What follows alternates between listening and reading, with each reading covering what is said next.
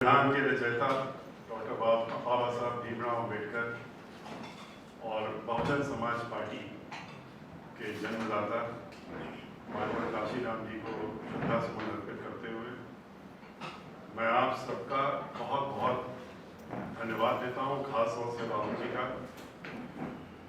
सम्राट जी का, इस बात के लिए कि आपने आज हमारी बहुत दिनों से इच्छा थी अंदर में कि आप सब लोगों से हमारी एक बार रूबरू मुलाकात हो। ये हमारी इच्छा बहुत पहले से और हमने अपने कई साथियों से कहा, उन्होंने राहुल जी से भी ये बात कम्युनिकेट की, कहा कि हम मिलना चाहते हैं उन लोगों से जो लोग इस समय अपनी तरफ से पूरी ताकत लगा करके और स्वयं जो कुछ भी उनके पास है उसके तहत में अपनी क्षमता के हिसाब से क्षमता से आगे बढ़ करके और आज बहुजन समाज पार्टी और बहुजन समाज पार्टी की हमारी जो मुखिया हैं, हम सबकी नेता हैं बहन मायावती जी, उनकी बातों को लोगों के बीच में पहुंचाने का काम तो कर ही रहे हैं और जो भ्रांतियां लोगों ने फैला रखी, जो गलत बातें लोग अपना उड़ाने का काम करते हैं, बताने का काम करते हैं, उसको आप लोग सही माने में,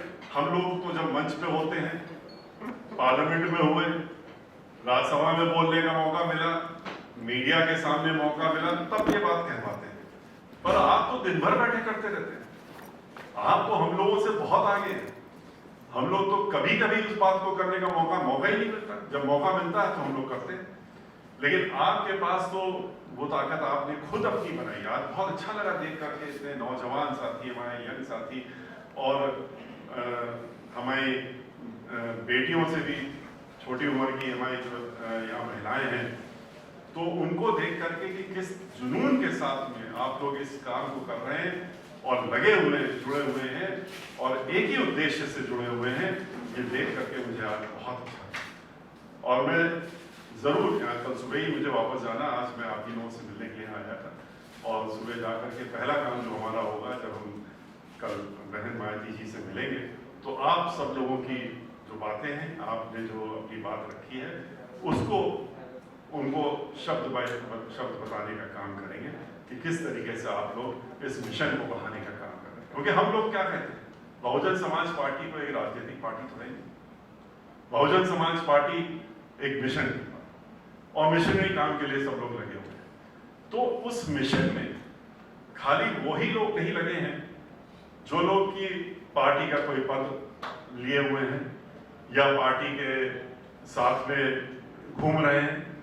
मिशन में तो आप लोगों का बहुत बड़ा योगदान है और खास तौर से आजकल के युग में, आजकल जो मीडिया के माध्यम से, जो आज सोशल मीडिया खास तौर से, तो ये तो सबसे बड़ा अस्त्र है जो हम लोगों के ऊपर इस्तेमाल किया जाता है, जिसको जब देखिए तब जो ये बड़ी राजनीतिक पार्टियां हैं, हमारी नेशनल पार्टी है, हमारी भी नेशनल राजनीतिक पार्टी है, जो 6 नेशनल राजनीतिक पार्टी उनमें से बहुजन समाज पार्टी भी है। गर्व होता है ये कहते हुए भी और सोचते हुए, लेकिन जो बाकी राजनीतिक पार्टियों उनमें हमें एक बड़ा भारी फर्क है। फर्क ये है कि वो तो उद्योगपतियों को पकड़ लेते हैं, उद्योगपति उनको पकड़ लेते हैं और उसके बाद वो अरबों लाखों हजारों करोड़ों रुपए उनकी जेब में डाल देते हैं। उसके बाद वो अपना उनका बचाव करते हैं। और मीडिया में खास तौर से आपने देखा, जितना भी मीडिया है किसी न किसी उद्योगपति के हाथ में, सारा मीडिया ज्यादातर उद्योगपतियों के हाथ में हो गया। तो वो उनकी भी तो मजबूरी है, उन्होंने पैसा दिया है पार्टी को, उन पार्टियों को, तो पैसा जब दिया है तो वो अपना काम भी कराते हैं। और ये हमारी पार्टी की नेता जो बहन मायावती जी हैं, अपने हर भाषणों में हमेशा कहती हैं, वो ये कहती हैं कि पैसा तो उनको देने के लिए बहुत से सभी लोग पूरे देश के उद्योगपति, हम तो जानते हैं किस तरीके से लोग आगे पीछे घूमते कि आप हमसे, हम ये करना चाहते हैं, हम देना चाहते हैं, लेकिन उसके पीछे छिपा हुआ उद्देश्य क्या है? छिपा हुआ उद्देश्य तो यही होता है कि जब हम पैसा देंगे तो हम पैसा खाली मुफ्त में तो नहीं देंगे, फिर तो हम पैसे के साथ में इशारा भी भेजेंगे और इशारा यही होगा कि आप हमारे हिसाब से काम करिए, हमारे हिसाब से जब आप पावर में आइए तो हमारी तरह से, हमारे कहने से कानून बनाइए और हमारे हिसाब से राजनीति करिए। इसी पे कॉम्प्रोमाइज कभी बहन मायावती जी ने की। उन्होंने इस चीज के लिए अगर कॉम्प्रोमाइज किया होता तो मैं तो चश्मदीद गवाह हूं कि वो अपनी सत्ता छोड़ती नहीं। उन्होंने जब सत्ता छोड़ी थी 2003 में, तो हम तो साथ में थे, तो महाधिवक्ता थे उस समय उत्तर प्रदेश में और मौजूद थे, वहां पर भी मौजूद थे जब उनके ऊपर प्रेशर डाला जा रहा था, जब उनको ये कहा गया कि आप हमारे हिसाब से करिए। उनका ये तो हम नहीं कर सकते, हम अपने मिशन को नहीं छोड़ सकते, हम अपने समाज को नहीं छोड़ सकते, हम उन गरीबों, वंचितों, शोषितों जिनके लिए हमने पूरा जीवन अपना कुर्बान कर दिया है, उनको पीछे छोड़ करके और उसके बाद हम आपके इशारे पे नहीं चल सकते। तो उन्होंने क्या कहा? उन्होंने कहा कि अच्छा चलिए हम गठबंधन कर लेते हैं। आप गठबंधन कर लिए, आप 19 सीटों पे लड़ लीजिए। 15 सीटें पहले बोले, फिर बोले 19 सीटों पे लड़ लीजिए, बाकी में हम लड़ लेंगे पार्लियामेंट की। बहन मानती जी ने कहा कि ये तो मैं कर ही नहीं सकती, गठबंधन का तो सवाल ही नहीं उठता कि मैं आपके साथ गठबंधन करूं। उनका आप लोगों को दिक्कत क्या? बोले दिक्कत ये है कि आप हमारे हिसाब से आप नहीं चलती, आपका हर काम जो होता है वो जो आपकी सोच के हिसाब से, जो आप सोचती हैं उसी हिसाब से होता है, इसलिए हमको दिक्कत होती है। तो आप या तो हमारे साथ गठबंधन करिए, या तो हमारी बातों मानिए, या हमारे इशारे पे चलिए, और नहीं तो जब वर्ड उन्होंने सुना, मैं तो वहीं 4-5 लोग थे, उनके नाम नहीं लूंगा, उन्होंने मैं मौजूद था, मैं भी था, नहीं तो मैं तो फिर बहन मायावती जी से कोई इस तरह की बात नहीं तो करके कोशिश करे तो वो शायद यही बात सबसे बड़ी गलती भूल जाएगा कि किससे बात कर रहा है। तो उनके सामने ये इस तरह के शब्द कोई जिसमें हल्की सी भी धमकी नजर आ रही हो तो वो तो बर्दाश्त नहीं है। उन्होंने कहा कि नहीं तो क्या? तो उन्होंने कहा कि नहीं देखिए बहुत से मामले हैं, ताज कॉरिडोर है और ये है वो है, और फिर वो आप जानती हैं, फिर वो CBI फलाना का, इतना कहना था कि वो वहां से उठी और उन्होंने कहा कि उसका वो चलनी विधि से उसका उन्होंने जा करके और अपनी सत्ता, अपनी गद्दी को 1 सेकंड नहीं लिया और छोड़ने का उनका मैं खुद ही गद्दी छोड़ दूँ। बोले आप सही समझते हैं, आप छोड़ने की बात कर रही हैं, हम मुलायम सिंह को जो है सत्ता में बैठा देंगे। उन्होंने कहा मुलायम सिंह को बैठा दीजिए या उनके भी किसी और को ला के बैठा दीजिए, लेकिन हम इस तरीके से काम नहीं कर सकते। और उन्होंने जा करके, आप सब लोगों को मालूम है कि सितंबर के महीने में और उन्होंने इस्तीफा दिया और गद्दी छोड़ने का काम किया। उसके बाद क्या हुआ वो भी आप लोगों को सब अच्छी तरीके से मालूम। वो लोग, उन्होंने जो धमकी दी थी वो कोई धमकी तो नहीं, ये उनको भी मालूम था, हम लोग को मालूम था, बहन मायावती जी को भी मालूम था, लेकिन फिर भी उन्होंने कहा कि हम दबाव की राजनीति में नहीं आ सकते, जानते हैं कि ये कुछ ना कुछ करेंगे। और उसके बाद ये भी आप लोगों को मालूम है कि खाली उनके घर में ही नहीं, पूरे 9 जगह, पूरे नातेदार, रिश्तेदारों, सबके यहाँ, और लखनऊ के घर में, दिल्ली के घर में, हर जगह एक साथ CBI की रेड करी थी लोगों। और CBI की रेड करने के बाद कोशिश की, हम तो वहीं मौजूद थे, हम तो सामने सामने खड़े थे। तो जब दिल्ली में यहाँ पर रेड की तो उन्होंने कहा कि बाहर निकल के पूछा अपने, पूरा एक चीज, मतलब इस तरह की कि हम तो थे इस्तेमाल, यहाँ तक कि जाके कूड़ेदान को भी ढूंढने का काम करो, शायद इसमें कुछ मिल जाए। जब उनको पूरे एक दूसरे से बात करते करते थक गए देखने के बाद, और सबसे पूछे कहीं कुछ मिला, कहीं कुछ मिला, तो जब हर जगह ये आया कि कहीं कुछ नहीं मिला, कहीं कुछ ऐसी चीज नहीं है, तो क्या करें? तो आपस में फिर कंसल्टेशन होने लगा कि ये तो बहुत बेइज्जती की बात हो जाएगी हम लोगों की, पूरे देश में आएगा कि आपने उनके यहाँ 10-10 जगह रेड कर दी, और किस लिए करी अगर कुछ नहीं था तो। तब एक व्यक्ति ने, जो हुमायूं रोड में, 11 हुमायूं रोड में, जहाँ मानवर काशीराम जी उस समय हॉस्पिटल में थे और बत्रा हॉस्पिटल में थे, उनके उस समय बहुत गंभीर हालत में थे, तबीयत ठीक नहीं थी और ऑक्सीजन पे थे, चढ़ रही थी उनके, तो लेकिन ग्लूकोज चढ़ रहा था। तो उस समय उन्होंने कहा कि आपस बात की, बोले 11 हुमायूं रोड में जो दराज है उनके ऑफिस की, उसमें से कुछ मिला है, तो वो कहिए तो इसका इस्तेमाल कर लें, दिखाने के लिए। उनका क्या मिला बताइए भाई? तो उन्होंने कहा इसमें 5 लाख रुपए रखे हुए हैं, एक लिफाफे में लपटे हुए हैं, और उसमें जो एक बिल साथ में लगा हुआ है। किस चीज का बिल है? तो उनका बत्रा हॉस्पिटल का। कितने का बिल है? 5 लाख का। वो पेमेंट 5 लाख का बैंक से निकाल करके उस दिन बिल के साथ में रखा था, उसको दोपहर के बाद में बत्रा हॉस्पिटल में जाके जमा करना था, और जमा करना था क्योंकि वो उनके जो इलाज चल रहा था उसका पैसा। तो जब ये बात बताई तो उन्होंने कहा, फिर 10 मिनट तक आपस में बातचीत होती रही, फिर बड़े जो उनके ऊपर के अधिकारी जो भी हो उन्होंने कहा नहीं आप वो रुपया उठा लीजिए। कुछ तो कहने के लिए रहेगा मीडिया के सामने कि देखिए 5 लाख रुपए मिले हमको। तो लेकिन बहन मायावती जी का लिखो, यहाँ लिखो कि रुपए कहाँ से मिले, और लिखो ये भी लिखो कि रसीद लपटी हुई तुमको मिली, और ये किस चीज के लिए रुपया था लिखो, और फिर ले जाओ तुम रुपए इसको। और वो ले गए। उसके बाद फिर आप लोगों को ये भी मालूम है कि उन्होंने एक नहीं दो नहीं कितने मुकदमे, पूरे परिवार को घेरा, सबको जिनसे कोई मतलब नहीं उनके ऊपर भी मुकदमे, भाई भतीजे बहन सबको 110 मुकदमे दाखिल हुए। 110, आप लोगों को तो पता ही नहीं किसी को।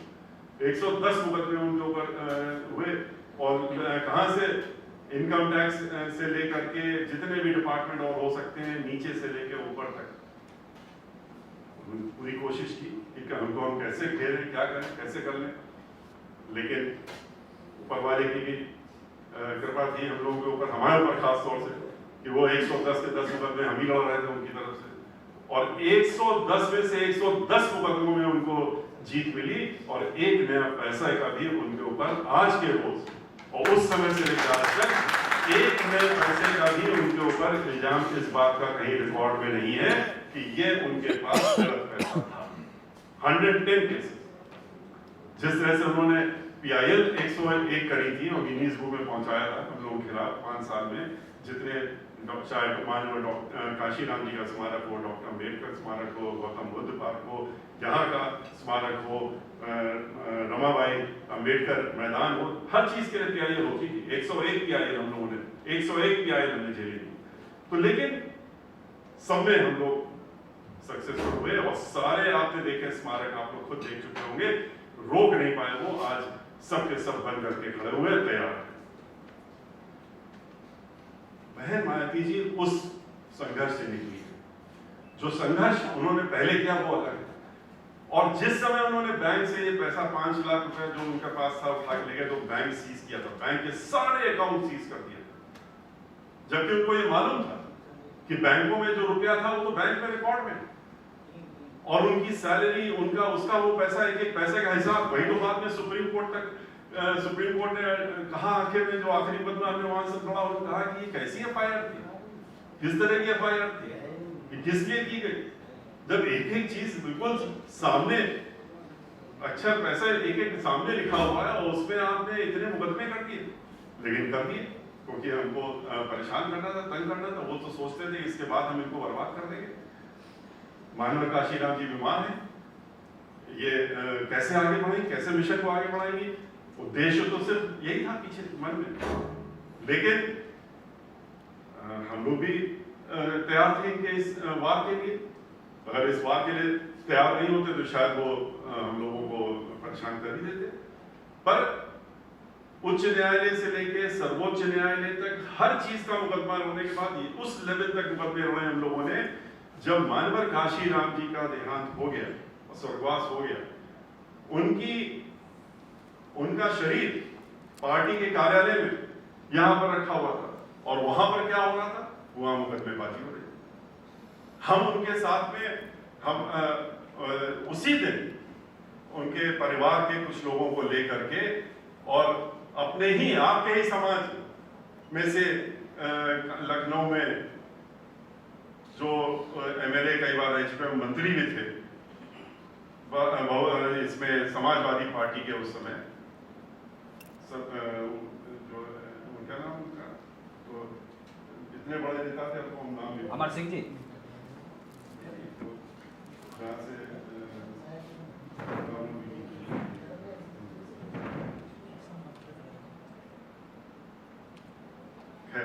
तो वो मंत्री भी थे वहां पर समाजवादी पार्टी की सरकार में रहते हुए मंत्री की हैसियत से वो अदालत के अंदर बैठे हुए जब वो केस चल रहा था, और मानवर काशीराम जी को लेकर यही उच्च न्यायालय RK चौधरी, ऐसे लोग ना ठीक ही हुए RK चौधरी।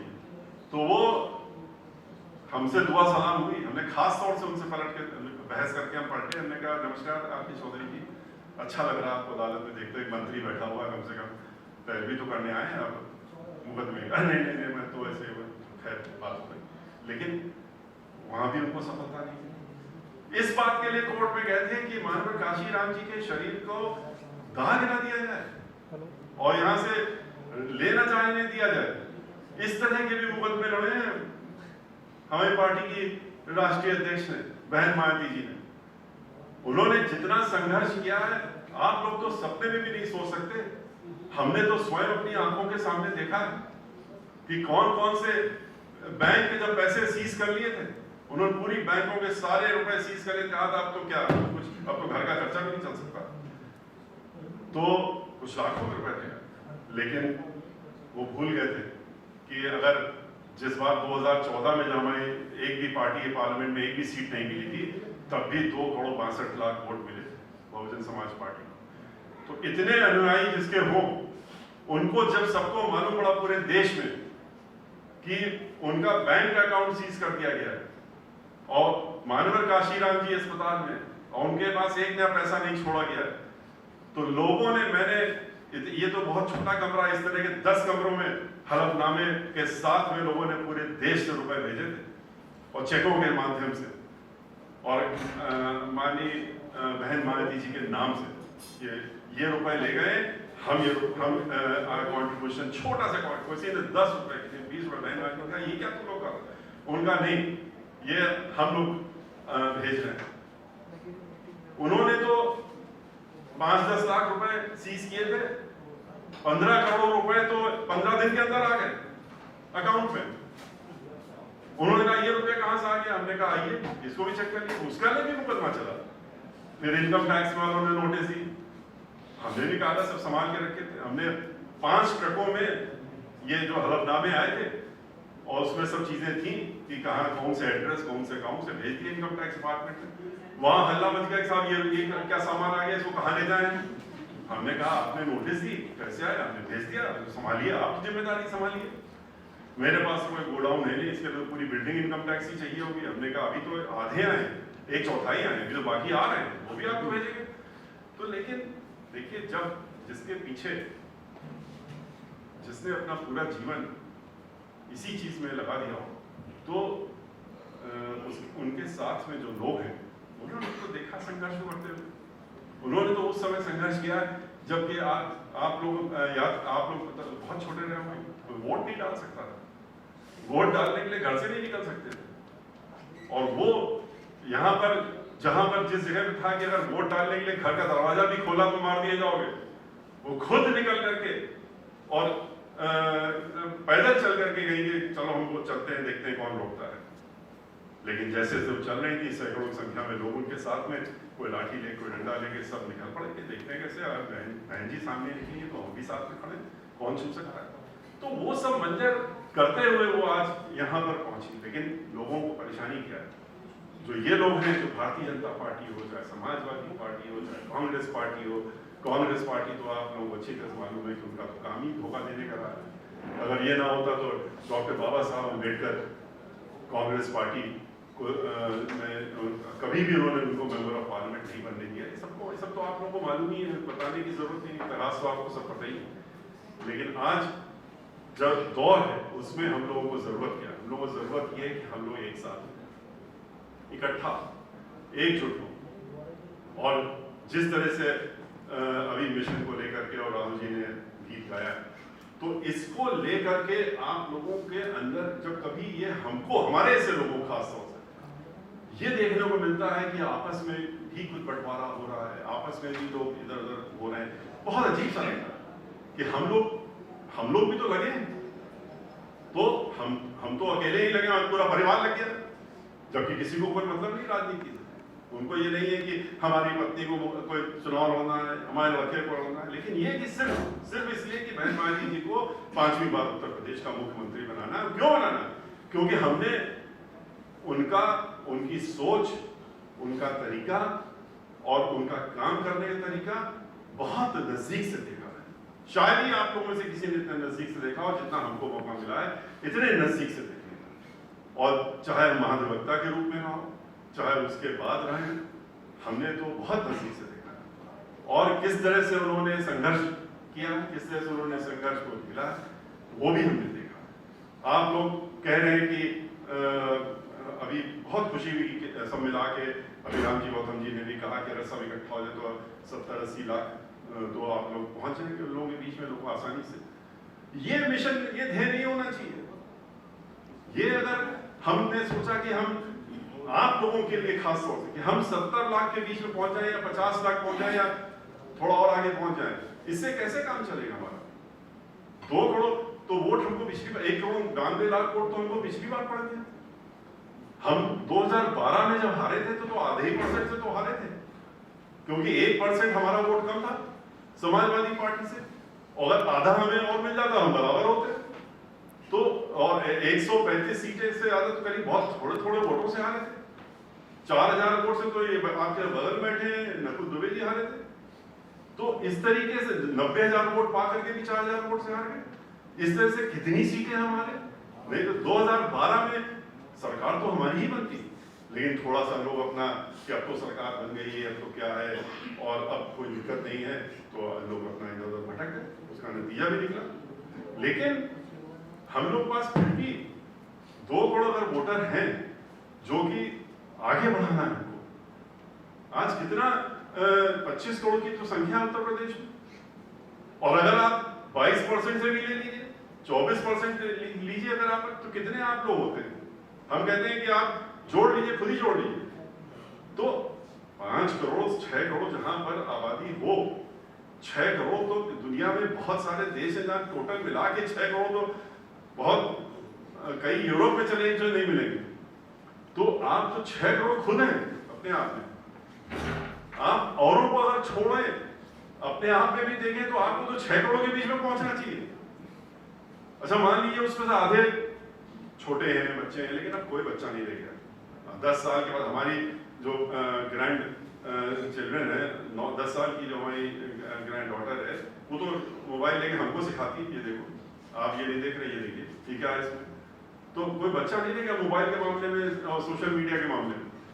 तो अब सोशल मीडिया के माध्यम से जो अस्त्र आपके पास है, उस अस्त्र को कैसे आप इसको फैलाएं, कैसे 50 लाख या 7 लाख में सीमित ना करें, क्यों ना ये हरेक के हाथ में पहुंचे, क्यों ना ये हरेक के पास पहुंचे आपका मैसेज। इस पे आपको बैठ के सोचने की जरूरत है, इस पे आपको ध्यान देने की जरूरत है कि हम इसको, अगर 5 करोड़ लोग हैं तो 2.5 करोड़ के पास, 3 करोड़ के पास इसको कैसे पहुंचाएं।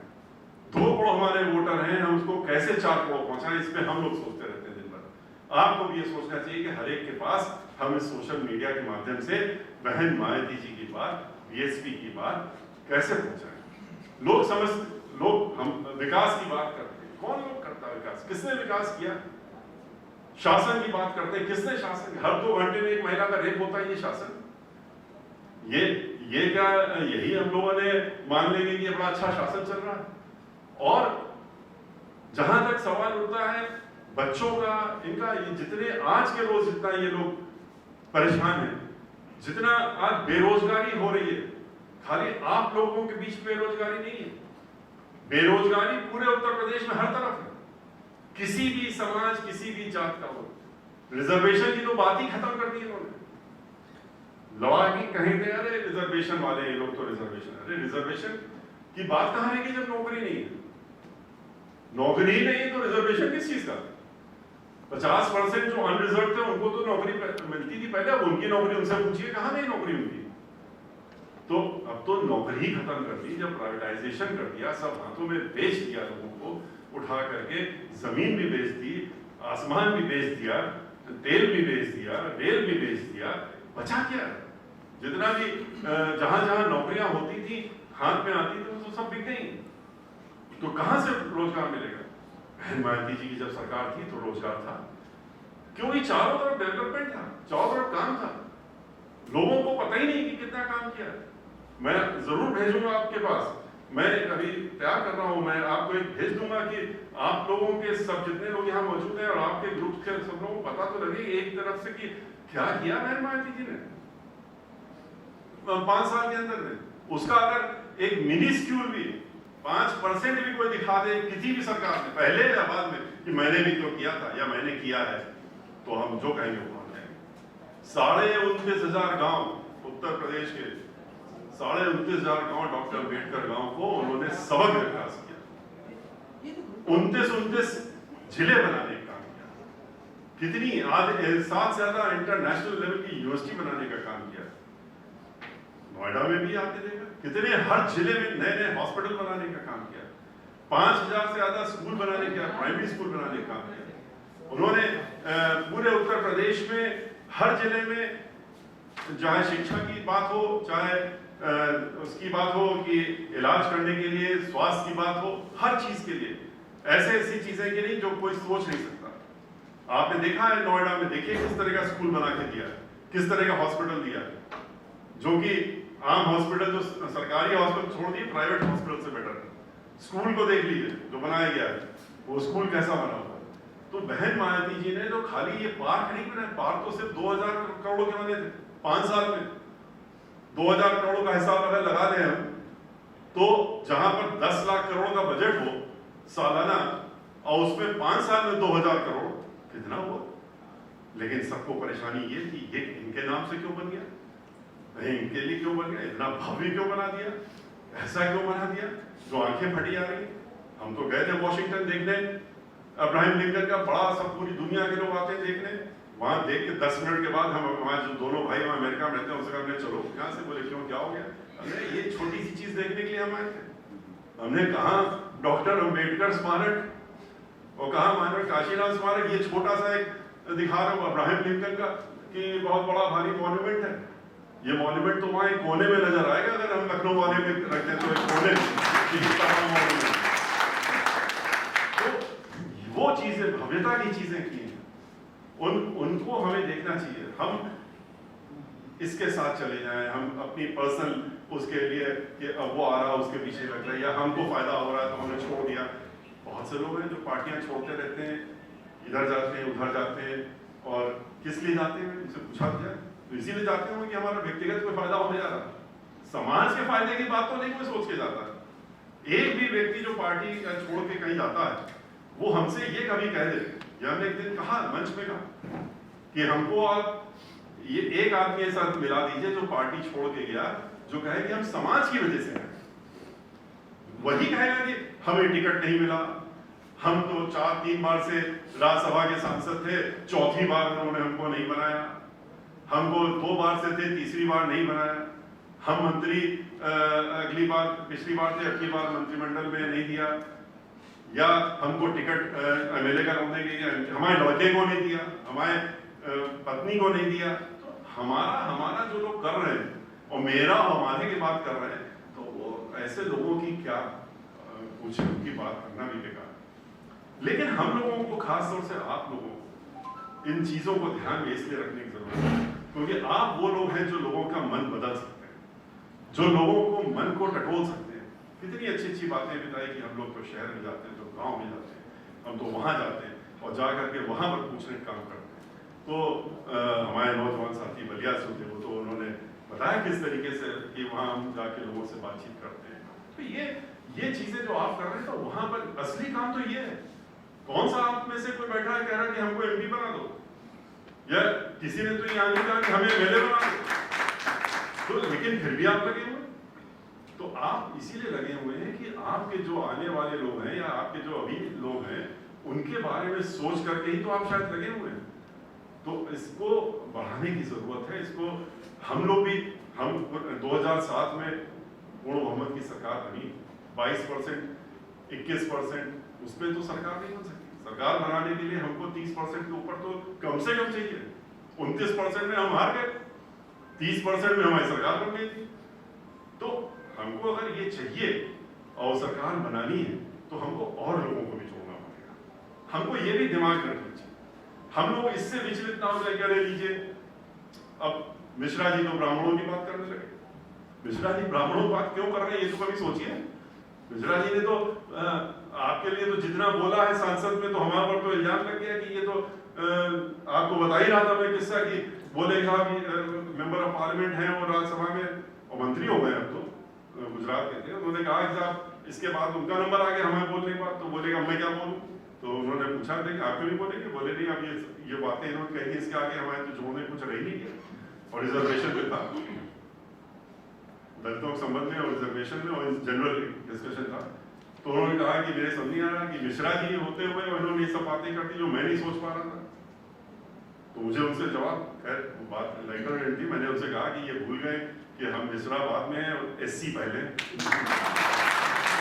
तो हमारे पेरेंट्स ने क्या सोच के रखा मेरी मालूम नहीं, SC मिश्रा रखा उन्होंने, तो मैं क्या करूं। तो इनको ये बात का जवाब अपने आप मिल गया। खैर वो फिर अपना बात खत्म हो गई। लेकिन ये सोचिए कि अगर हम और लोगों को नहीं जोड़ेंगे, उनकी मानसिकता नहीं बदलेंगे, उनकी मानसिकता को ठीक नहीं करेंगे, क्यों गलत मानसिकता के साथ में समाज में लोग रहे। हम अगर 10 लोगों को भी ठीक कर सकते हैं तो हमें लगेगा हमने बड़ा काम कर दिया।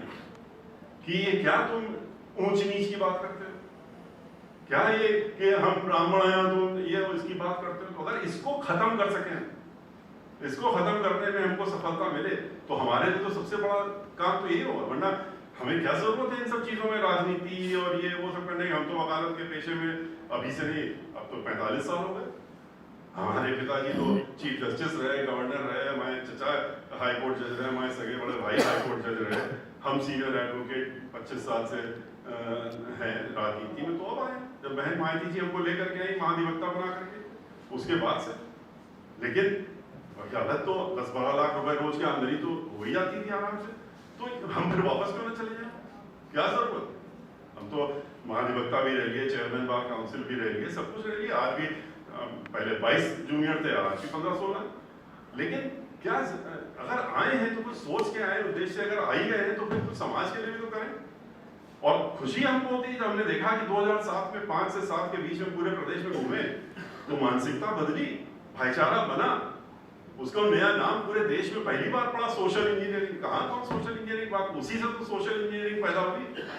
तो सोशल इंजीनियरिंग का मतलब क्या है, यही तो है कि आप लोग आपस में मिलिए और ये जो आपस का चीज है ये खत्म करिए, ऊंच नीच वाली। ये कौन सी जमाने में जी रहे हैं, कौन क्या फर्क है हम में और आप में।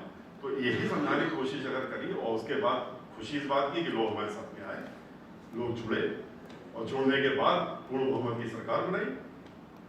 22% का अगर हमारे पास वोट था बढ़ करके 30 पहुंचा। अब की बार फिर हमने शुरुआत की, पूरे 74 जिले घूम के आए, 75 जिले की मीटिंग करी हमने और हर जिले में गए, 27,000 किलोमीटर गाड़ी चले। लेकिन ये खुशी की बात ये कि फिर जो लोग भटक गए थे, जो इधर उधर घूम गए थे, उनको फिर समझाने का मौका मिला। और अब की बार पूरी उम्मीद है कि हमारे साथ मिल करके वो लड़ेंगे और अब की बार खुद निकल करके आ रहे हैं, क्योंकि वो खुद भी प्रताड़ित थे और वो हमारे साथ बहुत तेजी से जुड़े और इतनी तेजी से जुड़े कि अब की बार मुझे बिल्कुल यकीन है कि अब की बार हम लोग हर जरूर से जरूर, अब की बार ये मीडिया कुछ भी कहता रहे, ये दिखाने के काम कुछ भी कहते हो, हम जितने भी अभी इन लोगों ने कॉन्क्लेव किए थे उसमें जवाब भी देने का हमने ये काम किया उनको। हमने कहा आप कुछ दिखाते रहो, अब की बार पूर्ण बहुमत की सरकार बहन मायावती जी की 2007 से ज्यादा और वो मुख्यमंत्री उत्तर प्रदेश की बनेंगी। तो इसी के साथ में मैं बहुत ज्यादा वक्त नहीं लूंगी, कुछ लोग और भी वेट कर रहे हैं और राहुल जी बार बार इशारा भी कर रहे हैं कि जो है इसको आगे के लिए दूसरे लोगों के लिए करिए। लेकिन ये कि मैं आपसे फिर यही अनुरोध करूंगा कि आपका, हमने बहुत ज़्यादा कुछ आप लोगों को लगता है कह करके इनके साथ ये लग रहा है ऐसा कि आपको ज़्यादा बोर कर दिया, तो लेकिन इसको कुछ दिल की बातें थी तो हमने सोचा कि आज आपसे शेयर भी कर लें। और इस जैसा कि अभी कह रहे थे कि आ रहा था, वो ये भी देखने का काम करते थे कि सतीश मिश्रा के खिलाफ, सतीश मिश्रा ने पार्टी, अरे सतीश मिश्रा पार्टी, बहुजन समाज पार्टी तो हमारी पार्टी है ही है और हम बहुजन समाज पार्टी में ही, चांस की बात है कि हमने इसके पहले कोई राजनीतिक दल कभी जीवन में ज्वाइन नहीं किया था, ये पहला राजनीतिक दल है और आखिरी भी यही है। तो हमारी तो ये दल रहेगा ही मरते दम तक। तो इसमें ये कि पार्टी और ये, लेकिन हाँ इस तरह के बातों से जो लोग उड़ाने काम करते हैं उसके पीछे भी बहुत बड़ा उद्देश्य होता है। उद्देश्य उनका नियत क्या होती है ये भी आप लोगों को अच्छी तरह से मालूम है, समझना चाहिए। नियत यही होती है कि किसी तरीके से तोड़ दिया जाए, किसी तरह से अलग कर दें, किसी तरह से मतलब छटका दें। लेकिन इन सब चीज़ों के हम लोग बहुत ऊपर हैं और इस तरह के कोई भी जितना प्रोपेगेंडा कर ले, कुछ भी कर ले, हमें खुशी है कि ना हमें इसका ऊपर, हमारे ऊपर कोई इन चीज़ों का असर पड़ता है और ना हमारी पार्टी की नेता बहन मायावती जी के ऊपर इस चीज़ का असर है। उनको भी अच्छी तरह से मालूम है, हमारे संबंध में तो खास तौर से मालूम है कि हम किस उद्देश्य से जुड़े, कैसे जुड़े उनके साथ में और किस तरह से हम आए साथ साथ में, हमारा परिवार भी जुटा है। तो इससे उनको मालूम, इसलिए इन सब बातों से ना उनके ऊपर कोई फर्क पड़ने वाला, ना हमारे ऊपर पड़ना। हम लोग जिस उद्देश्य से लगे हैं उसमें लगे रहेंगे और उनको अब की बार 5वीं बार मुख्यमंत्री बना करके ही दम लेने का काम करेंगे। जय हिंद, जय भारत।